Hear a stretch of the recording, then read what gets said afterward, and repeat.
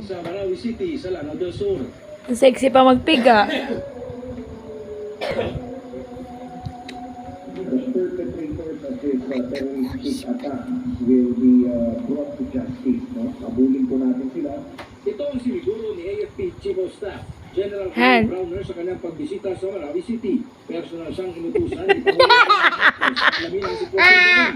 Kasunod ng karumal-dumal na pag-atake sa Mindanao State University kahapon na ikinamatay ng 4 at ikinasugat ng hindi bababa sa 50.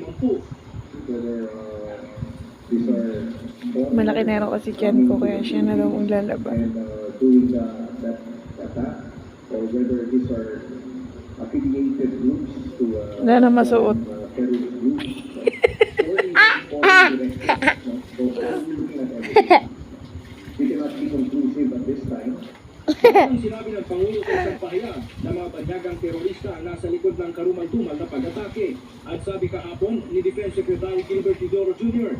na may malakas na indikasyon may foreign element na sangkot dito. May ano ata, yan, Han? May powder, yung top na washing na yan. May natirang Ariel. Andiyan sa may takip ng washing, kasama ng panty. So, tinitingnan po natin lahat ng mga Baka maibuhos mo na dyan yung plastic. Maporo Gymnasium habang nagpapatuloy ang investigasyon. Ayon sa Bangsamoro Autonomous Region Police, Meron? ang 60mm mortar ang ginamit na pampasabog ng IED.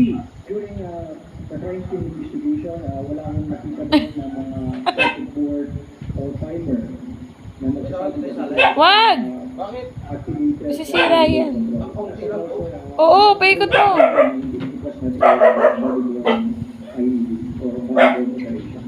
Dineploy rin kalagdagang pulis na tutulong sa mga sundalo at pagbabantay sa MSU.